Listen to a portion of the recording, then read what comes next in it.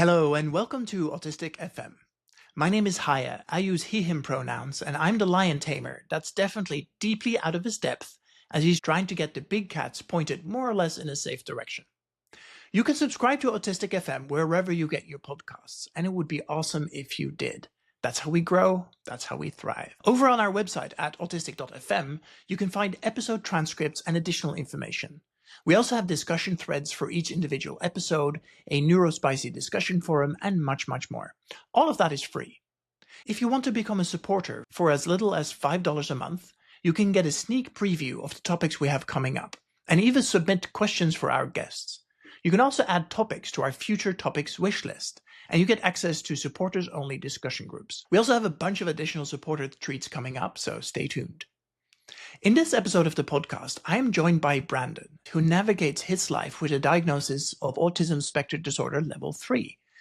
We explore his late diagnosis journey, his identity as a Therian, and the freedom he finds in expressing himself through a unique online persona. Brandon also shares his experiences of growing up in a religious household, discovering his gender identity, and finding acceptance within his chosen family. Our conversation delves into sensitive and beautiful topics, including the challenges of masking, the struggles of maintaining friendships, and we also explore Brandon's experiences with bullying and the relief of finally being able to express his true self, both online and with his supportive fiancé.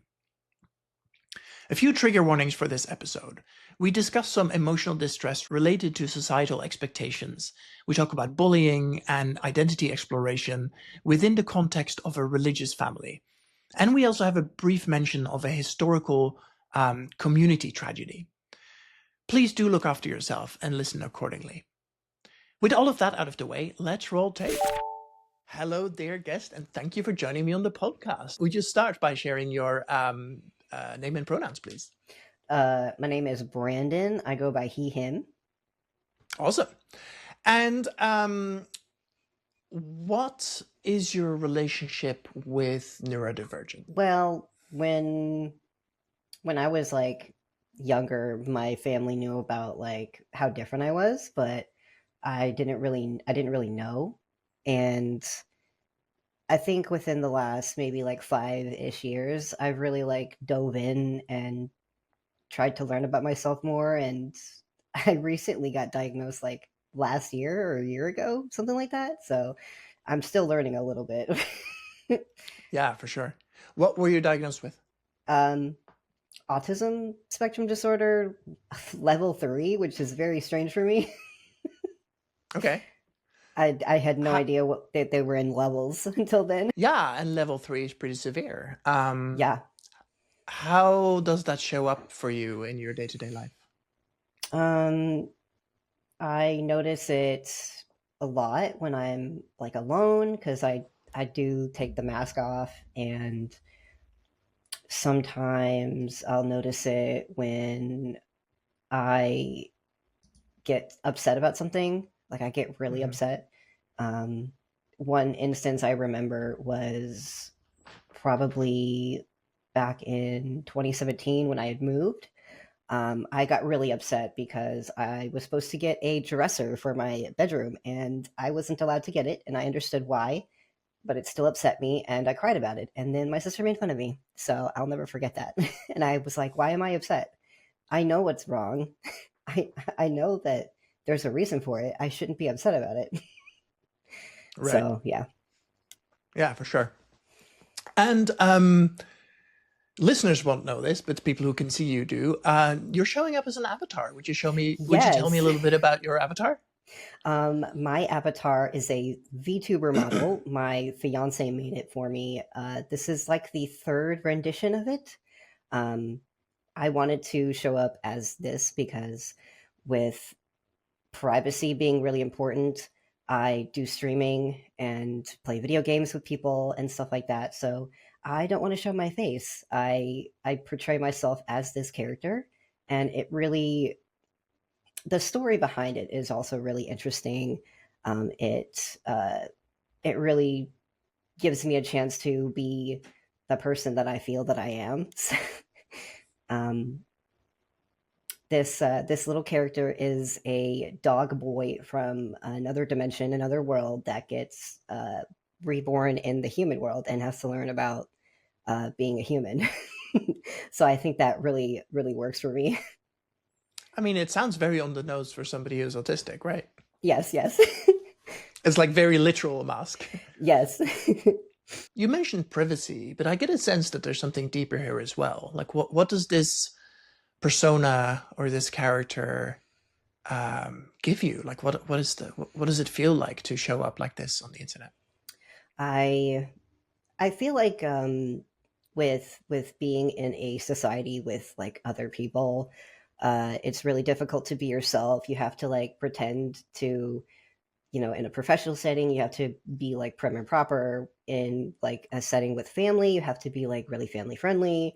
Um, and with friends, it's a little easier to be yourself, but there's still a little bit of a barrier. And with me, I struggle a lot with friendships. Most friendships I've had last about 3 months, and then they kind of just fall off because I think the mask slips, and they're like, "Ooh, no, no, thank you." So with this, I feel like I can be more myself. I can I can let go of the insecurities, and if something doesn't work out, then hey, I can walk down the street and the person that was my friend can no longer see who I am, and we can just let it go.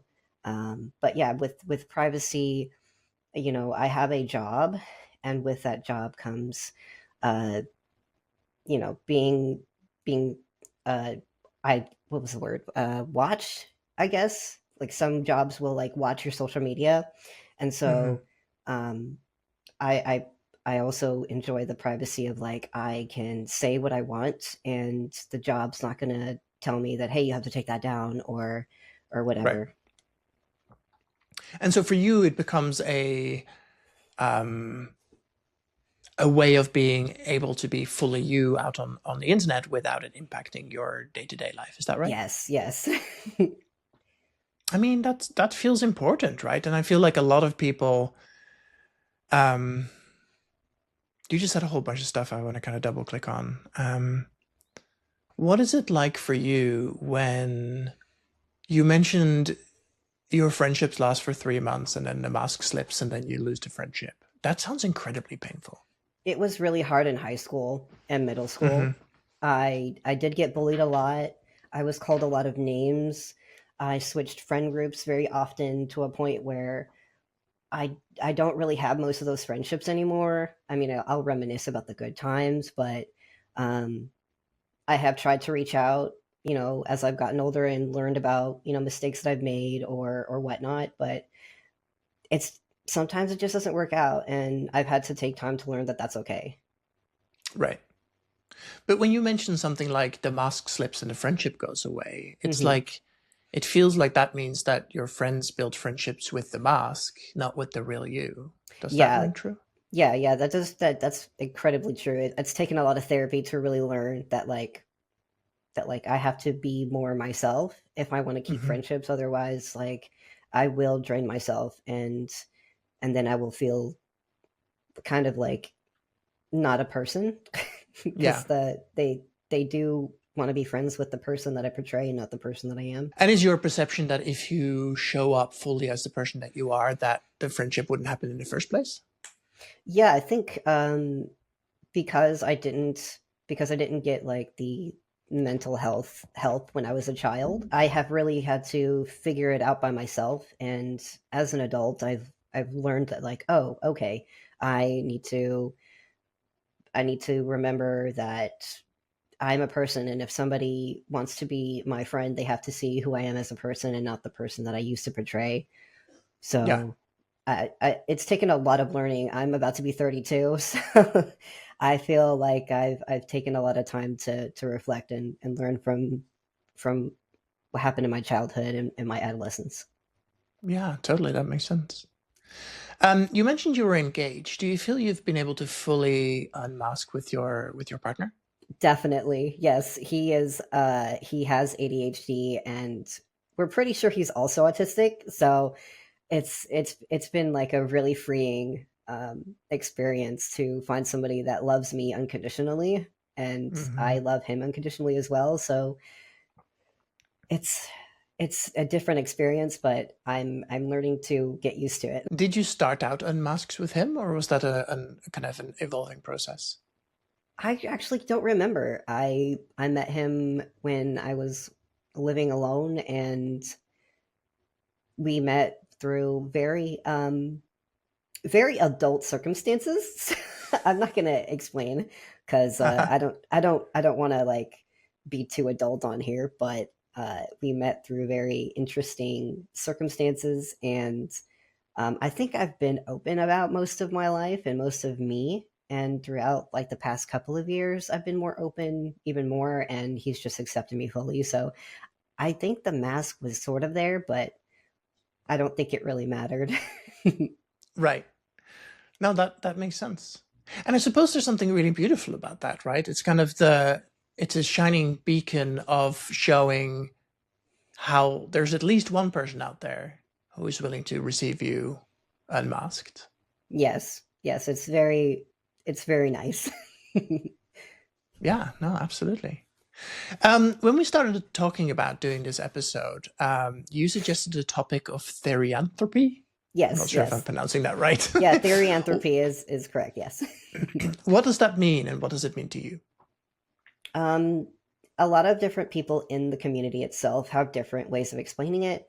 The way that I explain it and the way that I explain it for myself is something about me is not human. And that's where the whole idea of, well, what kind of person am I? What kind of being am I if I am not human on the inside, like Right. spiritually or mentally?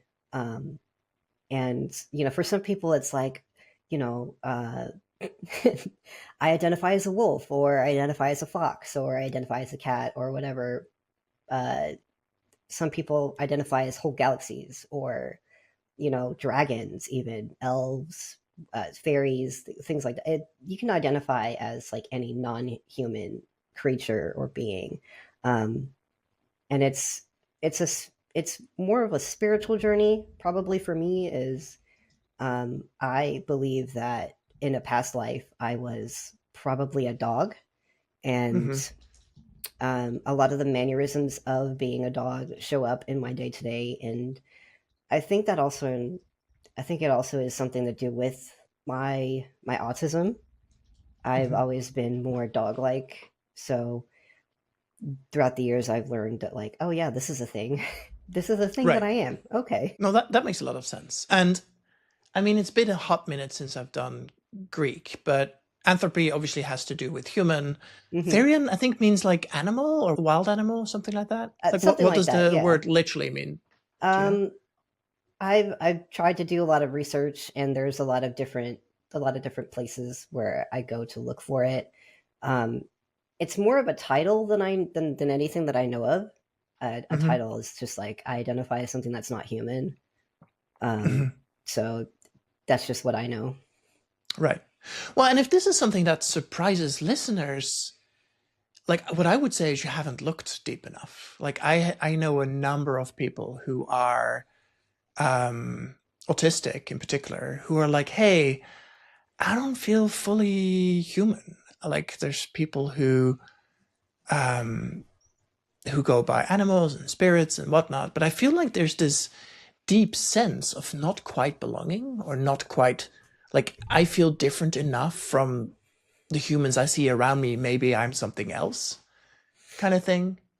Yeah, Um, does that ring true for you? maybe. I mean, I noticed all of these non-human like traits that I've had since I was like maybe 12 or 13 when I hit puberty, but Yeah. um, I think that makes a lot of sense that like when people hit puberty, they'll notice a lot more a different kind of neurodivergent traits, but um, it really hit hard after I had my second puberty. Would you say more about second puberty? I am a trans person, so Mm-hmm. second puberty being I went on hormone replacement therapy, and I've really noticed the traits a lot more since being on testosterone. Mm-hmm. It They just hit harder somehow. I can't explain it, Right. but yeah. No, that makes a lot of sense. What could you say more about your non-human traits? I think that is incredibly fascinating. Yeah. So if you take a look at a dog, you'll see how they act when they're like, whether they're playing or interacting with other dogs or other animals, or if they're just like taking a nap, or if they're eating, or if they're doing any activity, that Hmm. somehow resonates with me in a way. I'll do stretches like a dog. I will interact with other dogs like a dog. I will when I'm cuddling with my partners, I will cuddle up with them and nuzzle them like a dog. And it's just like something that happens. I don't think about it, it's subconscious. Sometimes if I hear a dog, I will repeat the barks. I've been doing that since I was a teenager, and I Hmm. just like never figured out what it was until probably when I was like 18, 19. So Hmm. it's it's a different experience, and not a lot of people will understand it. And I was a little nervous about this because I figured out more about myself when I was a teenager in the 2010s. And Hmm. in the 2010s was a pretty big it was a pretty big year for people in our community. um, there was a situation that happened in San Antonio, Texas, where two teenagers took their lives, and one of them happened to be in my community, and it hit pretty hard for everyone. So, and that all sparked from a different person who did some unsavory things with animal carcasses. So we I've had an issue with like exploring this and talking to people about it for many years because of it. So this is Yeah. this is hard, but Well, I'm thank trying you I'm trying my best for. here. No, I think you're doing great. Thank you for being willing to share curiosity. Hmm. Like, I feel like whenever somebody has come up with something on this podcast so far that is quote unquote weird, um, like 30 people come out of the woodwork and go, "Oh, I thought I was the only person who did this, or I thought the only person who thought that, or I thought it was like the level to which we are not alone is astounding." And I think that's one of the main reasons I started this podcast, right? It's like it's this knowing. Like one slightly related, but maybe not. Like my sister is extremely scared of buttons, like buttons on Hmm. clothes. Yeah. And there's a word for that. It's compoundophobia. And in the early days of the internet, I wrote an article about it on my website. And I started realizing this page, this random page about this thing I'd never heard of, started getting a ton of traffic. And I was like, oh, there's hundreds, if not thousands, of people who are searching for fear of buttons. And this is actually a lot more normal or a lot less uncommon than you think. Hmm. And so there's something beautiful about that, right? If you talk to a big enough population, it turns out you're not alone. And what a gift that is. I Hmm. think that's really awesome. You mentioned your community. Would you say more about what that community is and whether you're still part of it? That community is they kind of made themselves private. I have Hmm. not talked to that group of people in a really long time just because I don't live there anymore. But Right. with what happened in 2010, a lot of what we were doing before kind of just got like, I wouldn't say like banned or whatever, but like less people were doing the things that we were doing. We were wearing our tails and our collars and stuff in public. And after the situation that happened with these three different people, um, we started getting we started getting like messages from people like, you need to go, take your own life, or drink bleach and stuff. And then Right. there was the whole, we can't wear these items in public because you will be kicked out of this establishment. Like people would Right. bark at us in public and things. And I was lucky enough to not be out in public when these things were happening, but it was a horrible time. And so we all just kind of like hid for a while. And I don't know what they're doing now, but I hope that they're okay and that they're living their lives. Yeah, no, for sure.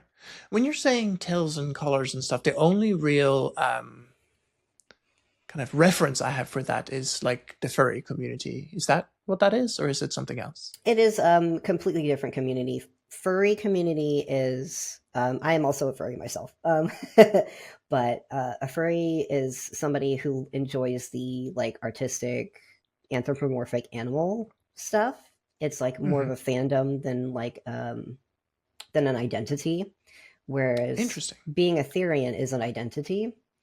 Um, the items like tails and collars is just a way for us to outwardly express ourselves for how we feel on the inside. Yeah. Some people will wear the tails and collars, some won't. Some even wear like fangs or masks, which is pretty cool. But Hmm. I'm one of those more private people. I'll wear my tail sometimes, but not all the time. Just because I know that like if I do, somebody might pull on it and it'll destroy the object, or I could get barked at or howled at or something. So Yeah. Could you say more about the difference between fandom and identity? Because I think that's a nuance I'd never heard before. I feel like I'm on the weird side of the internet when it comes to things like fandom. But fandom is like, let's say you have a TV show you like. You find Hmm. a community of those people that like the TV show. It's the same thing, except you make your own characters. You like other people's characters. It's its own little fun place to be and enjoy. It's kind of like inhibiting a world. So if you're really, to take an example, you're really into Lord of the Rings, you might dress up as an elf, but not a specific character elf in the Lord of the Yes, Rings. Is yes, that or like D&D even. It works just like right? D&D as well. Yeah. So, and with identity, it's like an innate sense of self. You internalize and you think about who you are and where you are in the world as like a being Right. where like you know that you are um like a man or a woman, or you know that you Right. are um tall, or you know that you have certain traits about yourself that some people might or might not have. It's one of those things. And I think there's a really interesting piece where this intersects with autism. So I haven't seen the exact numbers, but it feels like in the autistic community, there's a much larger overlap with the queer community and folks who are trans. But I'm curious if that is because we examine things more. Like I feel like a lot of people, by the time you have, by the time you're old enough to have theory of mind, you've kind of accepted you are human. But I feel like what I'm hearing from you, and please do correct me if I'm wrong, what I'm hearing from you is that you got theory of mind. You realized you were a person that was distinct from other people, and at that point you're like, wait, I am distinct from these people, but am I even the same species? Am I Oh hearing yeah. that right? Yeah, a little bit. Yeah, for sure. When it comes to being a Therian versus being like human, it's um it's completely different from something called clinical lycanthropy, which is where you think that you transform into like a werewolf or something. Mm-hmm. It's like a official diagnosis. It's a completely different thing. So if somebody is questioning that, that's completely different. This is not what that is. But Mm-hmm. yeah, when I was younger, I was like, I know that I'm a human, but like I'm not the same as everyone else, and I don't know what this is. So that's Mm-hmm. definitely something that contributed to my thinking. I think we also pay attention to a lot of detail, whereas with neurotypical people, they really don't. They just accept things as is, and they don't question things, and they don't think about stuff like we do. And of course, part of that is exhausting, right? Like having to go back to first principles with everything, including am I human or not? Like Yeah. that is exhausting. But also, I think that is where a lot of the amazing breakthroughs come from, right? You mentioned that you have a job, and you mentioned you're very private, so I don't want to ask too deeply about that. But do you feel like that quality in you is a benefit to you in your job? With my job, I can be pretty vague about it. I do clean a clinic. So when it comes to like my autism, I do pretty well with like household chores and things like that. So being able to clean a clinic is pretty good. It Hmm. doesn't do a whole lot for, when it comes to my accommodations. I'm pretty accommodated there. Um, it's taken me a while to find work that lets me be myself as best Hmm. as I can, and I don't know what else to contribute to this, but yeah. Did you have false starts? Like, did you have jobs that were not a good fit? Oh yeah, definitely. I used to work at a McDonald's, and that was a horrible experience. I used to work at a Circle K gas station, and that was also a horrible experience. It was even worse than the fast food. And I also worked at Walmart, which was when I was discovering that, like, hey, I'm probably autistic. So um, I mean, I feel I've like had just to the learn. sensory experience of working in these places is It's wild, it, and then you have it's a to deal with nightmare. people. Right. It was a nightmare. I thought I'd be okay, thinking that like I'm not neurodivergent. I can't be autistic. There's no way. Everybody in my life says I'm not. But Hmm. they've always seen that mask, so they really didn't know. But Hmm. with being on testosterone, with my autistic traits showing more, I've come to realize like, hey, these places are not good. I cannot work in these environments. I will not survive. So being able to get the diagnosis I need and then go to a work environment that it will help me thrive is it's been way better than it was. I'm really curious about the felt experience of not feeling quite human. I appreciate that's a super vague question, but Yeah, can it you is. put some word? Would you try and put some words to like when you noticed you might be different and what that actually felt like? I I think when I was in high school, I would see like all the cliques, all the groups of people doing different things. I didn't really fit anywhere. I didn't fit even with like people would that I would think would be in the group that I would like, the anime nerds or the metalheads even, because I grew up around those types of people. I still wasn't quite fitting in those groups. Hmm. Um, I felt like I was pretty much alone. I was the only one in high school at the time that would, wear a collar and wear a tail. I was one of the weird kids.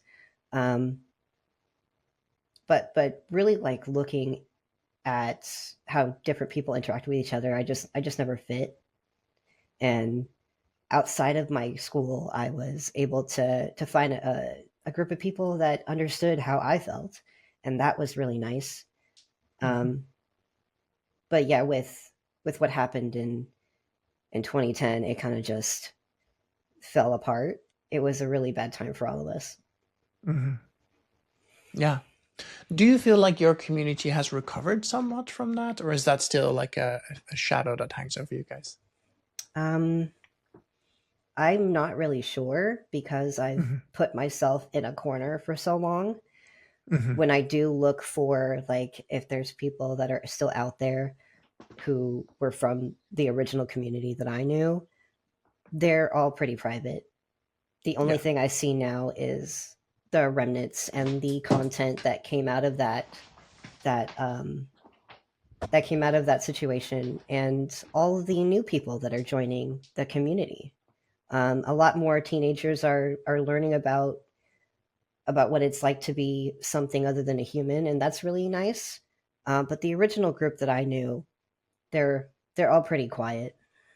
What would you say to somebody who comes to you and goes like, "Hey, I can't figure out this whole human thing. I think I might be something else. Like I need some support." Or where like what advice would you give? I would try to redirect them to communities that I know, places where I find content. A good place would probably be a few YouTube channels that you look for. If you look up the word Therian or Therianthropy, you'll find like a couple of good places to start. I did recently join a Discord server for people in this community, and it is very very large. It's got like Hmm. hundreds of thousands of people in it. Um, Wow. I was surprised myself. I thought it would be like maybe a few hundred, but no, it's a pretty big community, surprisingly, and it's all over the world. It's not just like in America. It's not just in like Germany, or it's not. It's everywhere. Yeah. But um, it's a good place to go. You'll just have to do research. I don't like to force that kind of information out without without permission. Right. So we do get a Yeah, and lot I of suppose we if do. it's a community with hundreds of thousands of people, if you're looking, you'll find it. Yeah, for sure. We do get a lot of trolls, a lot of people who Yep. come in and pretend to be something else just to, spread hateful content or bully people. So we do our best to protect the younger generation. Yeah. Well, the internet can be very internety Yes. when it comes to things like that. Yes. So, in trying to conceptualize this, I do, like, I can kind of imagine what it is like. Like, I've definitely had my, like, wait a minute, all these humans out here, I feel sufficiently different that I might be something other. I've never actually thought far enough into what that might be. As, like, conceptualizing myself as an animal, I can kind of get to. I think I understand what that might be like. But you also mentioned that some people are like, I identify as a galaxy. I've heard one of my friends say that they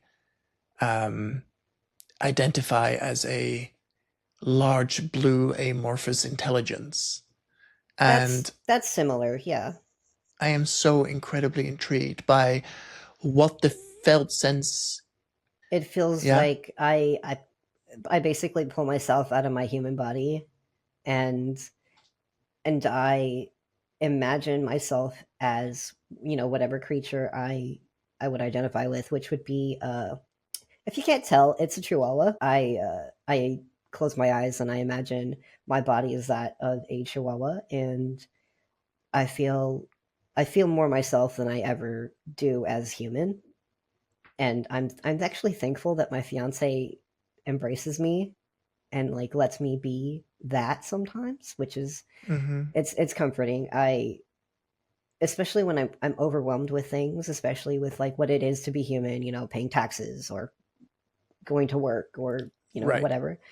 I will pull myself away and I will just fall into place mentally, and I will just be that thing for a certain amount of time. It's kind of like a de-stressor as well, I think.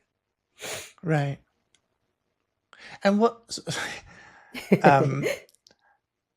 the reason I laugh is that when I'm trying to imagine what it would be like to imagine myself as a dog, I think like some sort of heroic animal, right? And Chihuahuas are a lot of things, but not necessarily proud, heroic. Yeah, when I started this journey, it was maybe I'm a wolf like the rest of my friends, but throughout the years I've realized that's not me. I am not a wolf. I'm not strong, and I'm not part of a pack like that. I'm more domesticated than anything, and it's taken a lot of time to realize, that makes sense with the mannerisms of how Chihuahuas are. I need a little raincoat when I go outside. Yeah. They're small, but they are fierce.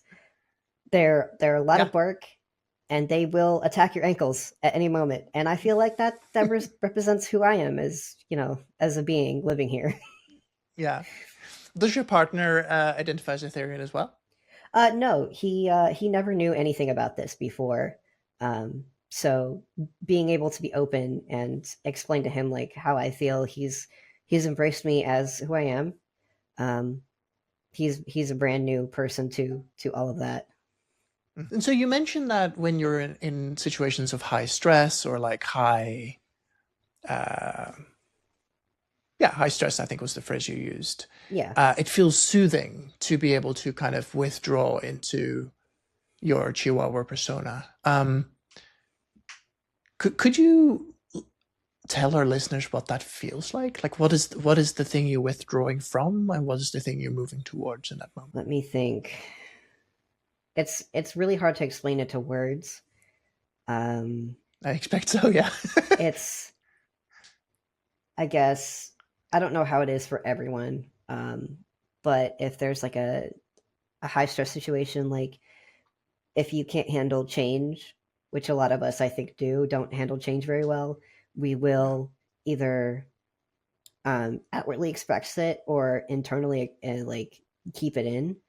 Mm-hmm. Some of us will shut down. I think I do the shutdown more than anything, where I'll just like, I'll stop speaking, I'll stop expressing, and I'll just like sit there and like be in my head. Um, so my mind kind of just like switches, I guess, to be more dog like, and I will just my brain will automatically switch and pretend that like nothing is actually happening, and that I can't speak the human language. I I just like shut down completely, and I will be like more docile. I will hide in a corner, or something similar to that. Yeah. When you say you stop using language, is that you becoming nonverbal, i.e., you can't speak, or is that you choosing to speak, not speak? It's the nonverbal for sure. Mm-hmm. I didn't realize what it was until pretty recently. I Mm-hmm. I have always been like that though. When I look back at my childhood, I will, when I'm, in trouble or when I'm hearing people yelling, I will be quiet. I will not be able to use my voice.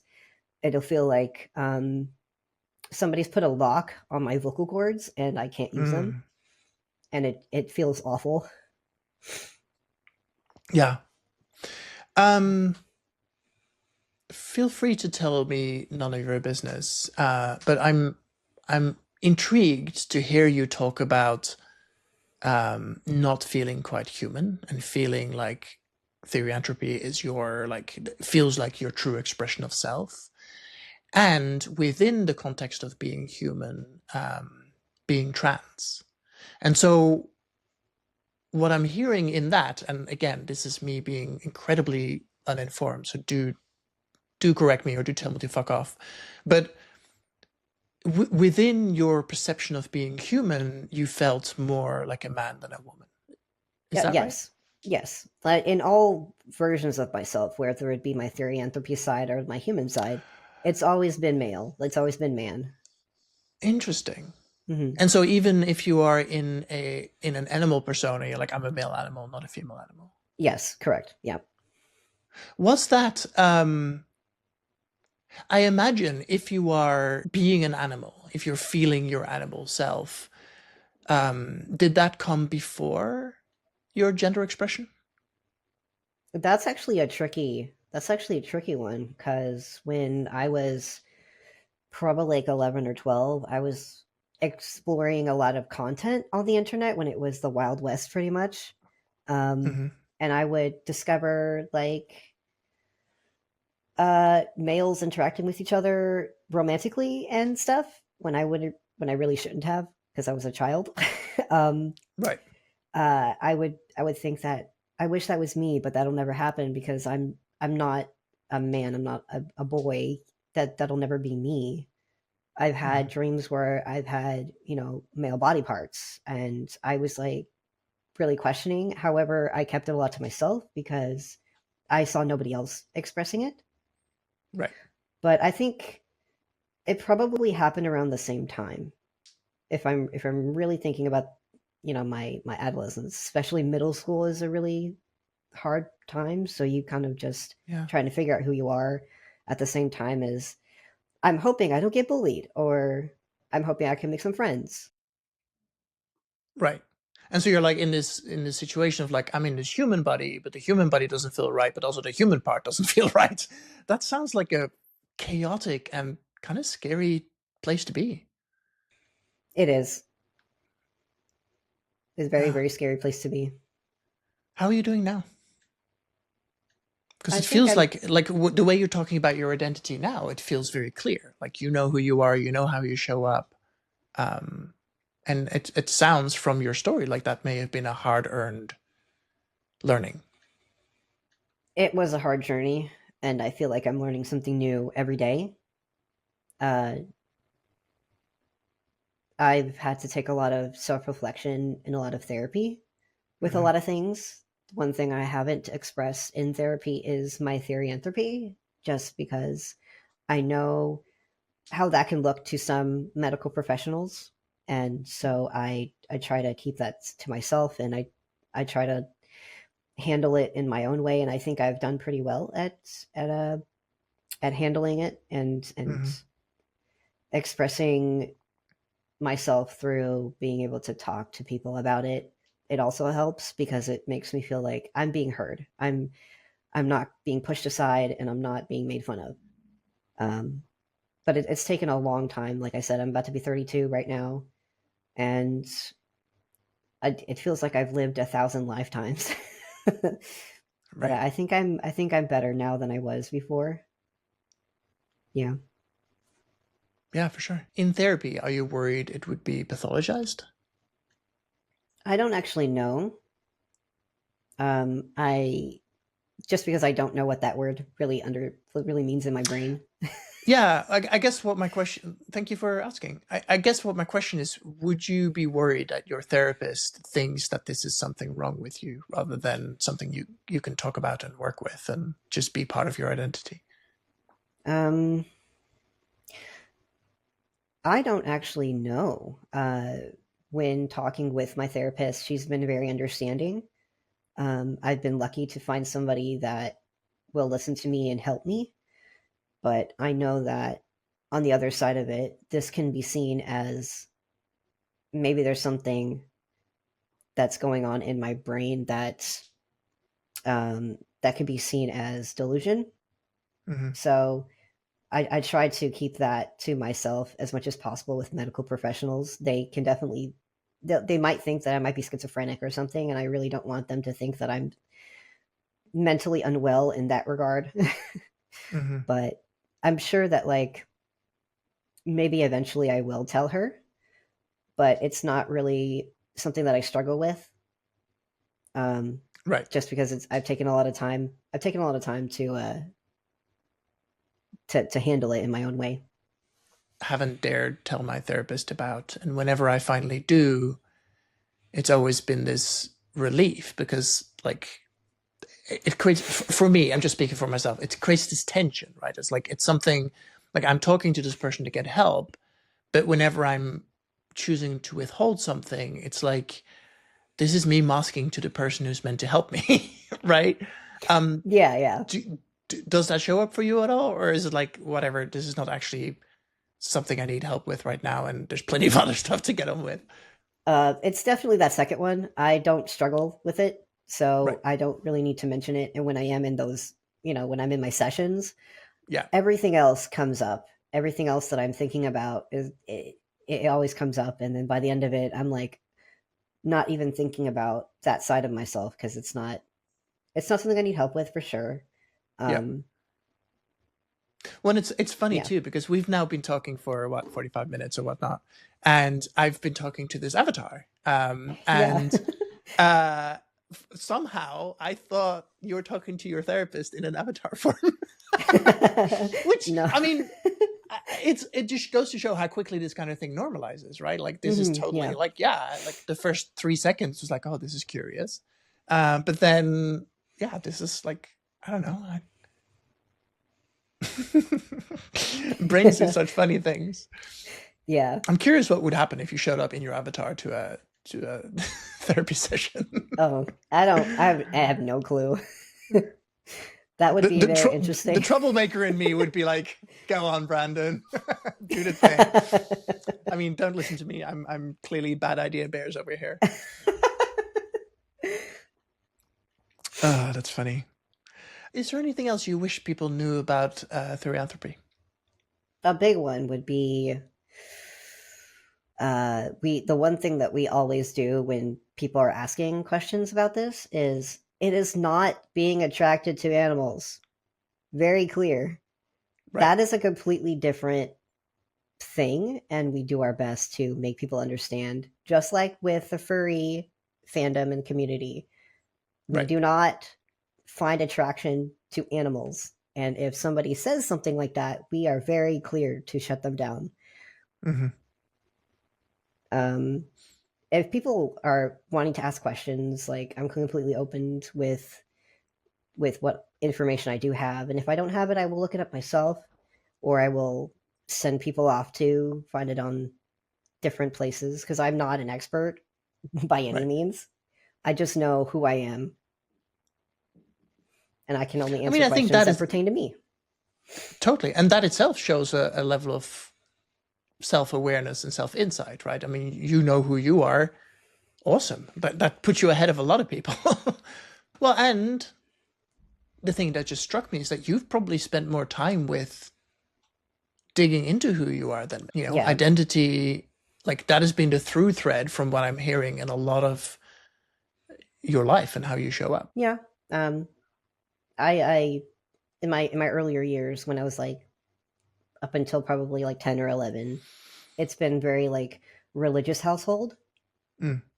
Um, and going through puberty has like made me think outside the box more and realize, oh, that's not where I belong.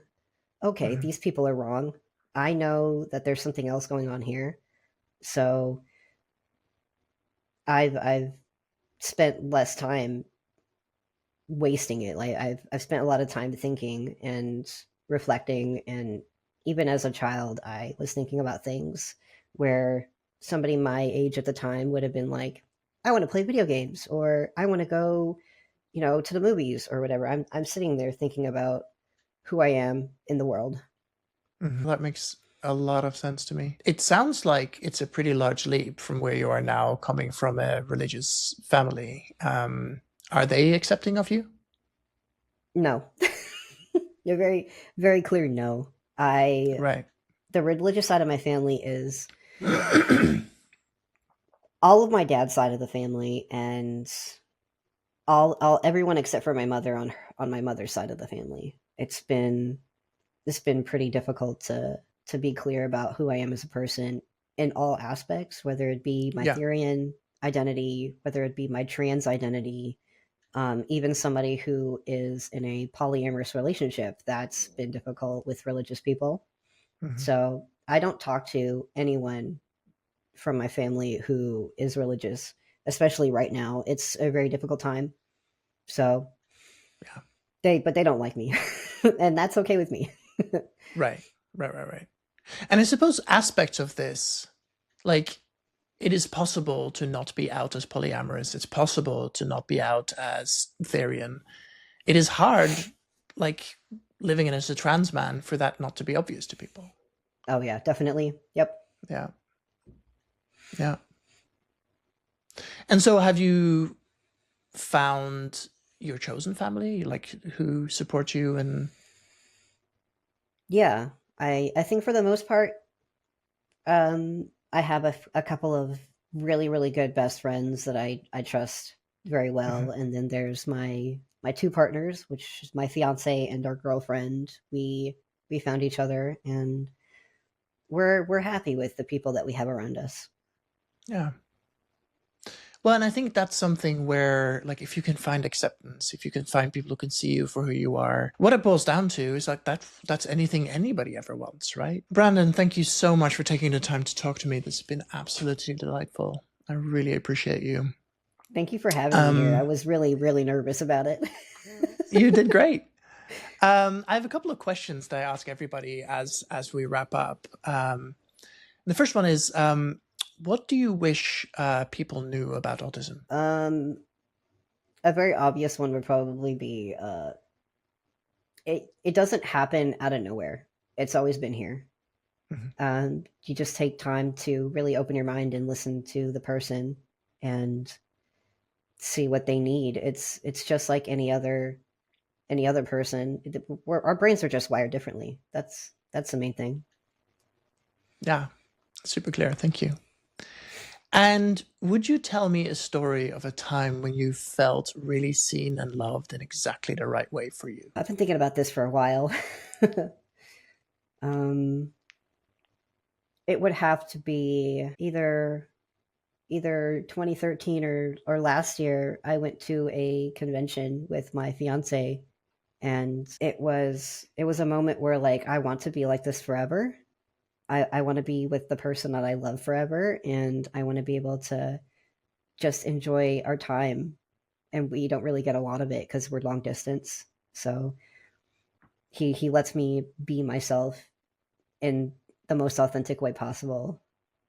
I feel like the people loving us, letting us be us is, I found that in my partner, and what a powerful thing. What a powerful thing. Thank you so much. Thank you. Thank you so much for listening to today's episode of the podcast. You can find us on TikTok at Autistic FM, on Instagram at autistic_FM, and on the web at autistic.fm. On the website, you can subscribe for free to join in the discussion about each episode and to suggest future guests. You can also become a supporter for as little as $5 a month. This podcast was produced and hosted by me, Haya Camps. It's been a delight to have you with me, and let me end on a lighter note with 2 quick facts that delight me. The first one is, did you know that a jiffy, as in see you in a jiffy, is actually a unit of time? It's 100th of a second. And the other thing that delights me is, did you know that some cats are actually allergic to humans? It's one of those tiny little things. It somehow makes me happy.